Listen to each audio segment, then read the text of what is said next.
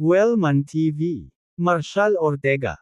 Kabanata 286 na Pag-ibig ng Ina. Tinanggal ni Brenda ang kamay ni Marissa at tumingin ng masama kay Hugh at sa kanyang barkada. They aren't worth the trouble. Marissa, huwag kang matakot. I'm calling Marshall right now. Tumigil ka, kuya. Hindi maintindihan ni Marissa kung saan kinukuha ni Brenda ang lahat ng kumpiyansa na ito. Dapat galing ito sa mga inumin sa bar kagabi, hindi pa rin siya naghihina. Napangisi si Hugh habang pinandilatan siya ni Brenda at ang kanyang mga tauhan. Hugh, makinig ka muna. Babala niya. Kung hindi ka aalis ngayon, hindi ka magkakaroon ng pagkakataon mamaya pagdating dito ni Marshall. Nako, nawala na ang babaeng to, ungol ni Marissa na nakaramdam ng inis. Humagalpak ng tawa sina Hugh at Nico. Fine, Brenda. Tawagan mo siya. Akin na ang shop na ito kung hindi ako magawang guluhin ni Marshall ngayon. Sige, wait lang. Sabi ni Brenda sabay clenched teeth. Inilabas niya ang kanyang telepono, dinial ang numero ni Marshall, at inilagay ito sa speaker. Napabuntong hininga ang lahat ng nasa soup restaurant. Kahit na hindi pinaniwalaan ni Hugh at Nico ang mga sinasabi ni Brenda, seryoso ang ekspresyon nito para magduda sila. Paumanhin, kasalukuyang hindi available ang numerong iyong tinatawagan. Pakisubukang muli sa ibang pagkakataon. Nawala ang panandaliang tensyon ni Hugh at Nico habang lalo silang tumawa. Brenda, isang araw na lang, ang galing mo sa pagsisinungaling. Muntik na akong lokohin. Humalaklak si Nico. Sige, Marissa, Brenda, lumabas ka. Akin na ang tindahang ito. Sino ba ang nagsasalita ng buong tapang? Sabi ni Marshall habang papasok sa restaurant. Sinugod ni Marissa si Marshall sa labas. Marshall, lumabas ka.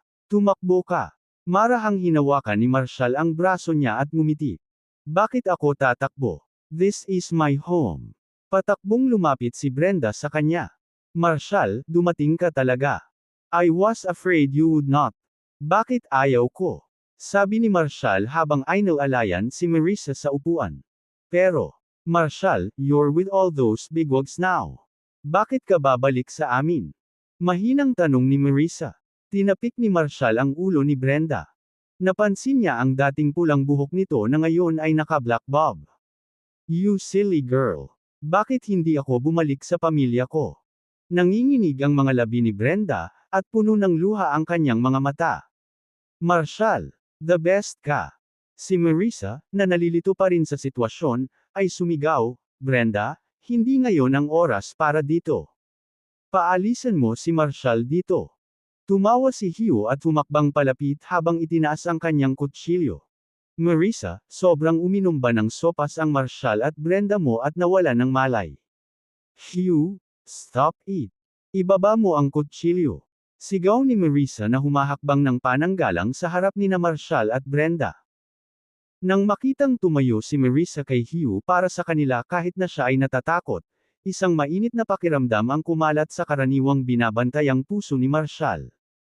Oo, mayroong isang puwersa sa mundong ito na may sapat na lakas upang yugyugan ang langit at lupa. Pag-ibig ng ina. Kahit na ang pinakamahinang ina ay ibibigay ang lahat, maging ang kanyang buhay, para protektahan ang kanyang mga anak sa anumang banta.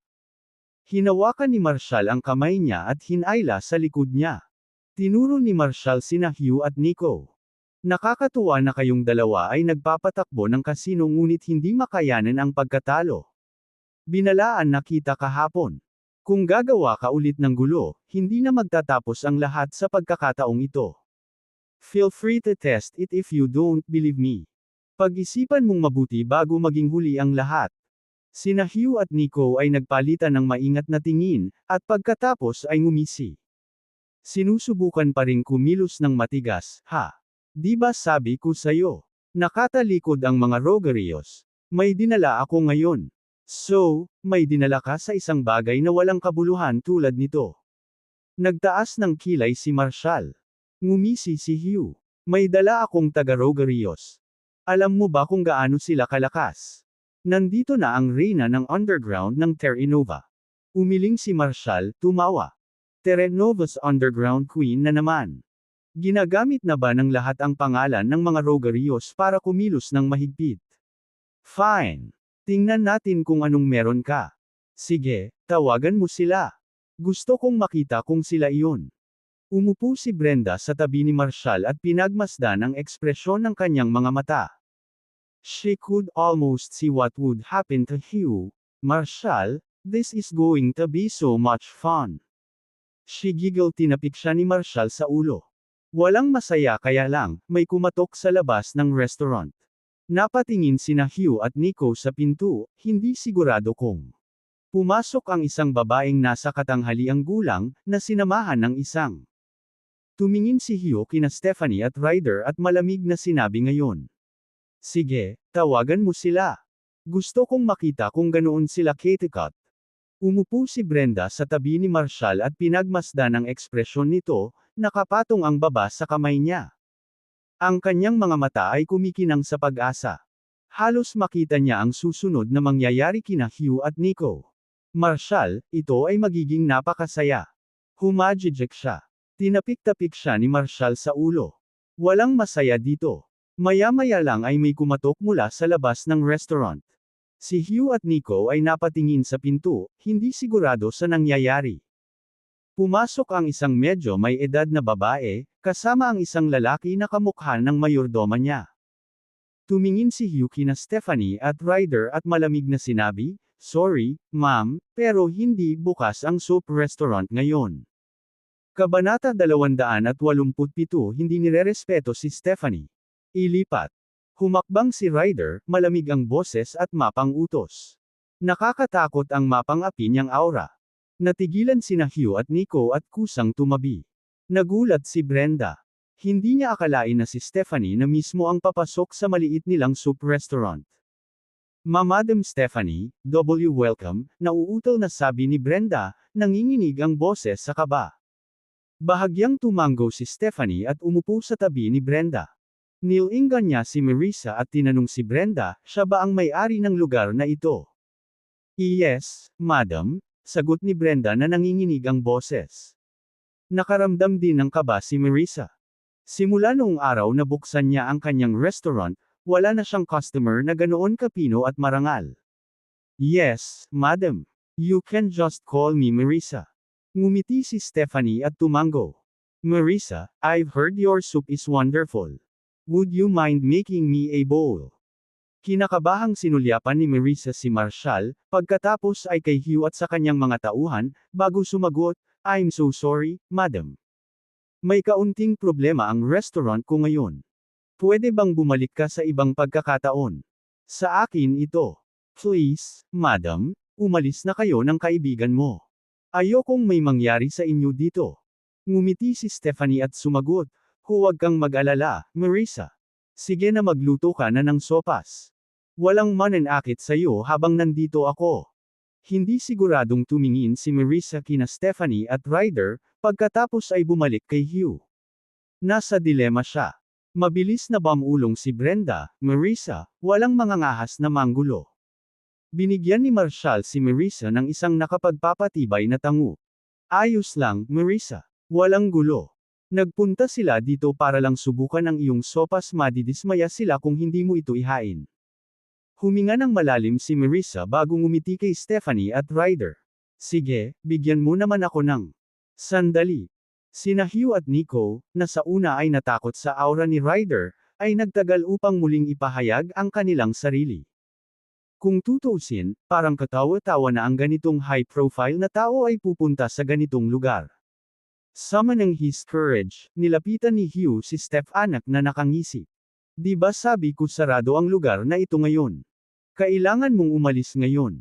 Sinulyapan siya ni Stephanie at tinanong, kilala mo ba kung sino ako? Do you think I care about that? Let me tell you who I am. Napangisi si Hugo. May kikialam na sana si Ryder, ngunit sinenyasan siya ni Stephanie na maghintay. Go on, then. Gusto kong makita kung sino ang nagbigay sa iyo ng karapatang kumilos bilang isang hari dito. Kikilabutan ka kapag narinig mo ang pangalan. Ang backer ko ay walang iba kundi si Terrenova's Underground Queen, Stephanie. Bubugbugin kita kapag hindi ka nawala ngayon. Tumaas ang isang kilay ni Stephanie. Oh, so Stephanie is back on you now.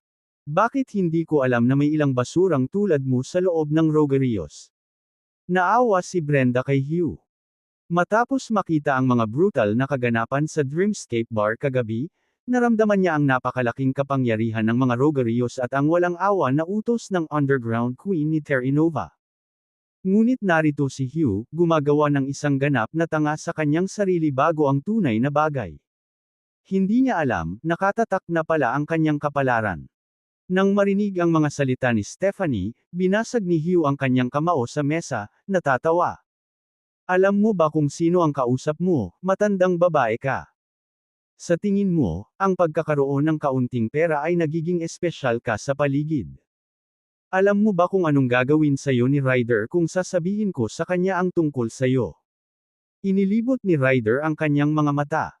Nakita niya ang mga taong naghahanap ng kamatayan, ngunit bihira siyang makakita ng sinumang sabik na sumisid dito tulad ni Hugh. Hinawakan niya si Hugh sa kwelyo at tumahol, "Anak, how dare you disrespect Madam Stephanie?" Namuti ang mukha ni Hugh na parang sapin. Isang panginginig ang damaloy sa kanyang gulugod nang maramdaman niya ang malamig na pagkakahawak ng impyerno. Si Nico at ang iba ay umikot kay Ryder at itinutok ang mga kutsilyo sa kanya. "Bitawan mo siya. Binabalaan kita, ang mga taga-suporta natin ay ang mga Rogerios." Halos durugan ni Ryder si Hugh sa isang sampal pero pinigilan siya ni Stephanie. Teka. Gusto kong makita kung sino sa mga Koporio ang magbabalik ng basurang ganito. Ang pagpaparada sa paligid gamit ang pangalang Rogerian ay darating sa lahat ng mataas na presyo. Binitawan ni Ryder si Hugh at malamig na tinitigan sila. Hindi mapalagay sina Hugh at Nico sa kanyang tingin. Nagsalita si Stephanie na parang isang taong mahalaga sa pamilya Rogerios. Gayunpaman, tila imposible na may isang taong kasing kapangyarihan ng Underground Queen na magpapakita rito. Nagtawanan sila. "Sige, ipapakita ko sa iyo kung ano ang gawa natin dahil masyado kang curious dito." Lumingon siya sa isang blonde na alapir sa likuran niya. Tawagan si Mr. Pule at sabihing pumunta siya. Kabanata 288 ang mga panuntunan ng Rogerios. Bahagyang kumunat ang noo ni Stephanie. "Ryder, meron ba talagang nagngangalang Pule sa pamilya?" Sandaling nag-isip si Ryder bago sumagot sa mahinang boses, "Yes, madam, there is someone by that pangalan.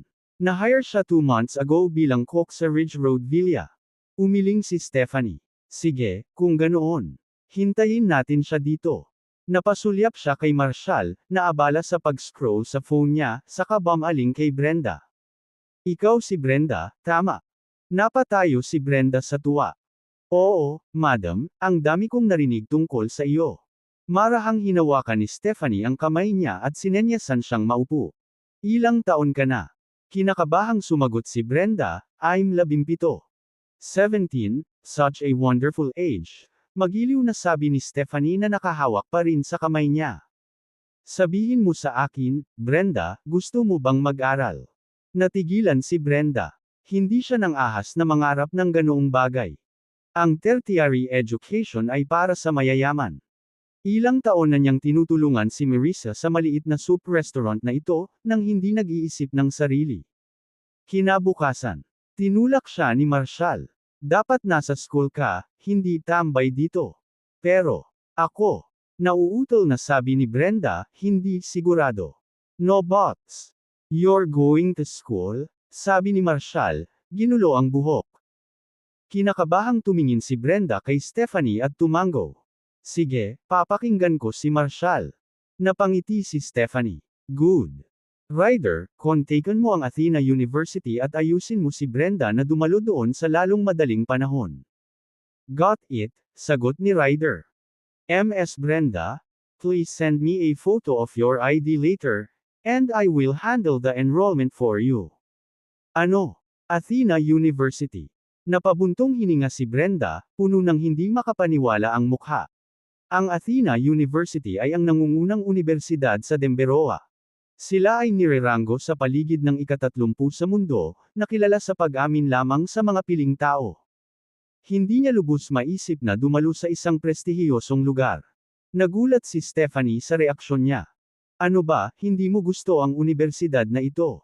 No, no, madam. 1 hanggang 1 just don't feel like I deserve a place there, sagot ni Brenda.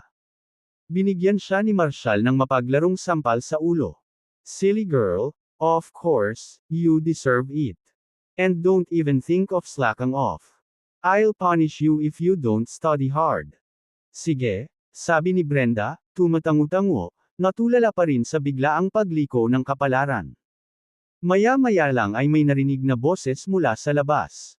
Tabi ka. Nandito na si Mr. Puley. Nagmamadaling tinungo ni Hugh ang pinto, kung saan ang isang kalbong lalaki na nasa late 30s ay nagyayabang papasok sa restaurant.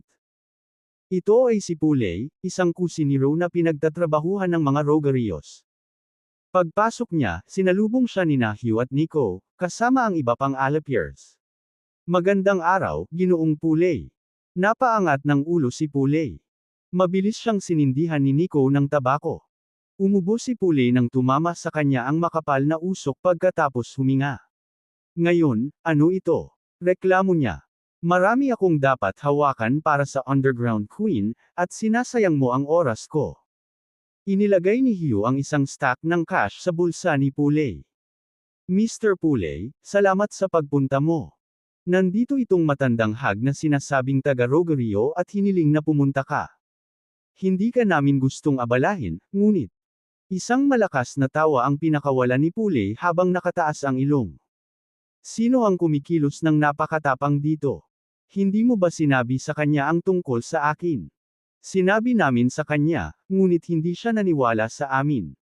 Inakay ni Nico si Puley kay Stephanie. Nagulat siya sa makapangyarihang presensya ng sopistikadong babae sa kanyang harapan. Hindi pa niya nakita ang maalamat na Underground Queen ni Terranova. Kaya naman, nakuha niyang muli ang kanyang kalmado pagkatapos ng isang pause. So, ikaw ang may gustong makita ako. Nginisyo niya. Hindi siya pinansin ni Stephanie. Lalong naging mayabang si Puley sa kanyang pananahimik. Kilala mo pa ba kung sino ako? Ako si Mr. Ryder, kanang kamay sa. Sa kalagitnaan ng pagyayabang niya, sa wakas ay napansin niya si Ryder na nakatayo sa tabi ni Stephanie. Mr. Ryder. Anong ginagawa mo dito? Alam ng bawat miyembro ng Rogerios na laging nasa tabi ni Stephanie si Ryder. Kung narito si Ryder, dapat ang babaeng ito ay. Nadurog ang puso ni Puley nang muling tumingin kay Stephanie. Sa isang malakas na kalabog, napaluhod siya. Nagdilim ang mukha ni Ryder. Puley, sino ang nagbigay sa iyo ng lakas ng loob na gamitin ang pangalan ng mga Rogerios para lokohin ang mga tao at itapon ang iyong timbang? Napatulala sina Hugh at Nico. Nakaluhod sa harap ng babaeng ito ang matataas na lalaking Rogerios na tinawag namin. Puley, napagkamalan mo ba siyang iba? Nauutol na sabi ni Hugh. Tulala ka, tumahimik ka. Tumahol si Puley, nanlilisik ang mga ito ng may galit. Tumalikod siya, nakikiusap kay Ryder, pakiusap, Mr. Ryder, patawarin mo ako. Hindi ko na uulitin. Are you clear about the Rogerios rules? Nagyayelong boses ni Ryder. Nakakalunod ang parusa sa pagpaparangal sa pangalan ng pamilya at paggamit sa reputasyon ni Madam para mangbuli ng iba. Kabanata 289 na On Your Knees. Ryder, Madam Stefan. Pakiusap, iligtas mo ako. I swear hindi ko na uulitin. Pagsusumamo ni Puley. Better start living your last words, sabi ni Ryder sabay wave ng kamay. Dalawang itim na nakasuot na gwardya ang humakbang pasulong, hinawakan si Puley sa mga braso, at kinaladkad palabas si Puley ay puno ng panghihinayang. Sinadya lang niyang gamitin ang pangalang Rogerios para mag-car ng pera, ngunit ngayon ay itinapon na niya ang kanyang buhay. Habang inihahain ni Marissa kay Stepusomir ang kanyang sopas, nakita niya ang eksena at halos mabitawan ang sopas sa takot. Ano? Si Hars Hoppermang dito. Inilagay niya ang wamp mula sa Stephanie, ang nasunog kay Marshall S. nang nanginginig. Marshall, tumakbo ka na. Ryder gitli soak Marine sa pamamagitan ng braso. Huwag kang matakot sa lahat ng bagay. Malungkot na sabi ni Colin at inakbayan siya. Taom her anusured band. Kaises the end we high and aros go curse. Mary at sket, ngunit rider shock ka beach, apologetic. Marina, hindi ko sinasadya. Marisa was will spoiling her she turned se Hugh and the others, pleading, isa. Filfod a way to repay you all up house, lepor cotton dosar. Madis, please, show a musi de ser. We had no idea is you. Nauutol sina Hugh at Nico habang nag-droppered sa Dan Cons. Lumiwanag at natarante si Marisa sa paligid, muden. She was so bewildered she could not make sense of a, Tinch, kunin mo na ang restaurant ibibigay ko sa'yo, please lang. Si Hugh at Nico ay ganap na pinagtagpi. Organic at Ryder had shown Maris so much respect since they entered the Weep restaurant. Lumuhad sila sa harapan, nakikiusap kay Marisa, Marisa, pakiusap kay Mutam Sir Penny na patawarin kami nitong Prover Sever na muli para sa Prov Erin money. Natarante si Marcia. Hugh, ano bang sinasabi mo? I understand. Huwag mo na lang pansinin si Martina, sabi ni Marshall, pinaharap ang apat na mukha ni Hugh. I would you things would will be if you dared cable again. Patawarin mo kami, Marshall, nagkamali kami. Pakiusap kay Madam Stephanie na iligtas kami. Tumawa si Marshall. Napatawad mo na ba ang mga taong nang-aapi sa iyo sa kalye? Kung wala si Stephanie ngayon, ililigtas mo ba talaga sina Marisa at Brenda? Maghanda upang harapin ang mga kahihinatnan. Ang mundo ay palaging patas. At tandaan mo ito. Sundin ang mga alituntunin sa iyong susunod na buhay kahit saang landas ang iyong tahakin. Alisin mo sila. Hinatak ng mga nakaitim na gwardya sina Hugh, Nico, at ang iba pa palabas ng soup restaurant. Natigilan at natarante si Marisa. Hindi niya maintindihan kung ano ang nangyari sa mga kilalang bully na ito. Lumipat ang tingin niya sa likuran ni Marshall, at nabalisa siya. Ano ang naging kasangkot ni Marshall sa lahat ng mga taon na ito? Mabilis siyang lumapit sa kanya, hinawakan ang braso nito sa pag-aalala. Marshall, may ginawa ka bang masama sa labas all this while? Bakit takot na takot sila sa'yo? Anong ginawa mo sa kanila? Humalaklak si Marshall, stop overthinking. Just focus on running your soup restaurant. Hindi ka naguguluhin ng mga iyon. Lumapit si Stephanie kay Marisa at inabot ang isang premium gold card mula sa mga Rogarios. Marisa, ang sarap ng sabaw mo. Dati akong dadaan. Nanginginig ang mga kamay ni Marisa habang tinatanggap ang card. Ito ay isang simbolo ng mataas na katayuan sa mga piling tao ni Terry Nova. Ito. Napangiti si Stephanie. Sulit ang sabaw mo. Pagkatapos ay lumingon siya kay Marshall. Mr. Ortega, gagawa muna ako ng move. Si Marisa ay walang isip na pinanood sina Stephanie, Ryder, at ang mga gwardya na nakasuot ng itim na paglabas. Marshall, sino siya? She's Stephanie, head of the Rogarios family. Madalas siyang bumisita sa soup restaurant mo, para maipagpatuloy mo ang negosyo mo nang walang pag-aalala. Marisa, kilala mo ba kung sino siya? Excited na sabi ni Brenda. Siya si Madam Stephanie, Terrenova's underground queen. Hindi na natin kailangang mabuhay sa takot. At pinapante niya daw ako sa Athena University. Tulala pa rin si Marisa. Hindi niya naintindihan kung paano pinahahalagahan ng isang tao ang Rogarios Premium Gold Card, at nagalok na ipadala si Bren. Maya-maya pa, dalawang dalaga ang sumilip sa loob. MS Dick. Oo, Maris's Soup Kitchen ang tawag sa lugar na ito. Pumasok sila sa shop at ang isa sa kanila ay napatingin sa araw. Excuse me, sino si Marisa? Gusto namin ng 2 mangkok ng so. Napabuntong hininga ang isang babae nang makita si Marshall. Mr. Ortega. Bulalas nito at sumugod sa kanya. Parehong natigilan si Brenda. Ikaw. Siya, ka ba?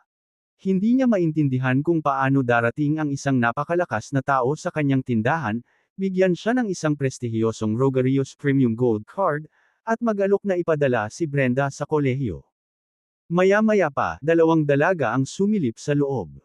MS Dickinson, masarap daw ang sopas dito. Oo, Maris's Soup Kitchen ang tawag sa lugar na ito. Pumasok sila sa shop at ang isa sa kanila ay pasulyap-sulyap sa paligid. Excuse me, who's Marissa? We'd like 2 bowls of soup, please. Napabuntong hininga ang isang babae nang makita si Marshall. Mr. Ortega.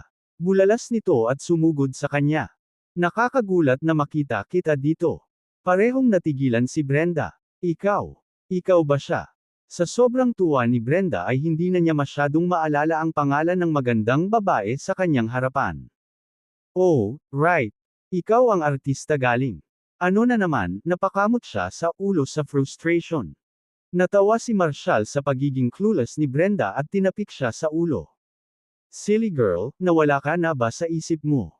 Siya si Ivy. Yes. MS Ivy Dickinson, ikaw ba talaga MS Dickinson?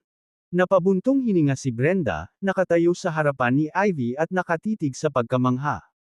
Magalang natango si Ivy. Hello. Hindi na bago kay Ivy ang mga ganitong eksena. Ang mga opisyal na pagkikita-kita ay maaaring maging mas magulo. Sumulyap siya kay Marshall, pagkatapos ay kay Brenda. Mr. Ortega, at ito ay. This is Brenda, she's practically like my younger sister Marshall said and patted Brenda who was still Lumiwanag ang mukha ni Ivy at hinawakan niya ang kamay ni Brenda. Brenda, nakakatuwang makilala ka. Napuno ng luha ng kaligayahan ang mga mata ni Brenda. Hindi niya inaasahan na ganoon kabait ang pakikitungo sa kanya ng isang superstar na tulad ni Ivy. What brings you here, Mr. Ortega? Tanong ni Ivy na may kislap na curiosity sa kanya. Mata, ito ang aking tahanan. Sinenyasan sila ni Marshall na maupo. Pakiusap, gawing komportable ang iyong sarili. Sa bahay mo. Tumingin-tingin si Ivy sa hamak na soup restaurant, pagkatapos ay napatingin siya sa pagitan ni Brenda at Marissa.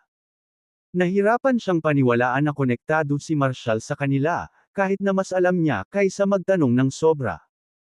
Pinagmasdan ng babaeng nakatayo sa tabi ni Ivy ang matangkad at gwapong figure ni Marshall at ngumiti ng pilyo. Ivy, kaibigan mo ba siya ng nakaraan mo? Binigyan siya ni Ivy ng maliit na siko, hudyat na putulin na niya ang chismis. Mr. Ortega is a friend I met in Draconia, sagot ni Ivy. Alam niyang hindi gusto ni Marshall ang mga taong nangungulit sa buhay niya. At ngayon, kasama si Annie Howell ang kasama niyang cast member dito, tiyak na hindi niya masyadong may reveal. Nakangiting sinulyapan ni Annie si Marshall at tinukso, Ivy, is he your? Bago pa siya makatapos, namula ang mga cheque ni Ivy, at mabilis niya itong isinara. Anek, shot it. Mag-ingat ka. Pag nahuli ng paparazzi ang daldal mo, magagalit ang agency. Inilibot ni Annie ang kanyang mga mata. Look at you getting all jumpy. Wala akong sinabi. Then she leaned close to Ivy and whispered, kung hindi mo siya boyfriend, I just might make a move. Guys this handsome don't come around every day. Ivy nudged her playfully, whispering back, huwag na. Lakas ng loob. Sinama ng tingin ni Annie si Marshall, pagkatapos ay sumigaw, 2 bowls of soup, please. Natigilan si Marissa at nagmamadaling lumapit. Alright away, ladies. Sandali lang. Nang makitang hindi hilig ni Marshall na pag-usapan ang lugar o ang kanyang pamilya, iniba ni Ivy ang usapan. Mr. Ortega, nandito kami sa Terranova para sa Terranova Film Festival. Ito ang pinakamalaking kaganapan sa pelikula sa Southeast Orientia. Kung maginhawa para sa iyo, gusto naming sumali ka. Nako, hindi ako masyadong interesado. Pinutol siya ni Marshall na may magalang na pagtanggi. Isaac. Well, medyo nakaka-disappoint yon. Mukhang nadismaya si Ivy. But after a brief pause, she added, Mr. Ortega, Leonardo is also attending this year. He'll be arriving at Terranova Airport at 5 p.m. She tried mentioning this to keep Marshall engaged. Hinayla ni Brenda ang braso ni Marshall at bamulong, Marshall, I want to go. I've never seen a film festival before. Dahil kaibigan mo si MS Dickinson. Pwede bang? Nang makitang walang reaksyon si Marshall, huminto si Brenda sa kalagitnaan, sa takot na masyado siyang lumayo. Umiling si Marshall. You're always curious about everything. Fine. MS Dickinson, saan gaganapin ang Terra Nova Film Festival? I'll go with Brenda. Hindi inaasahan ni Ivy ang ganoong pagliko at sumimangot, na inabot ang kanyang bag para maglabas ng 2 tiket. Mr. Ortega, Brenda, narito ang mga entry pass. Ang pagdiriwang ay nasa lungsod ng pelikula sa labas ng Terra Nova, simula 7 p.m.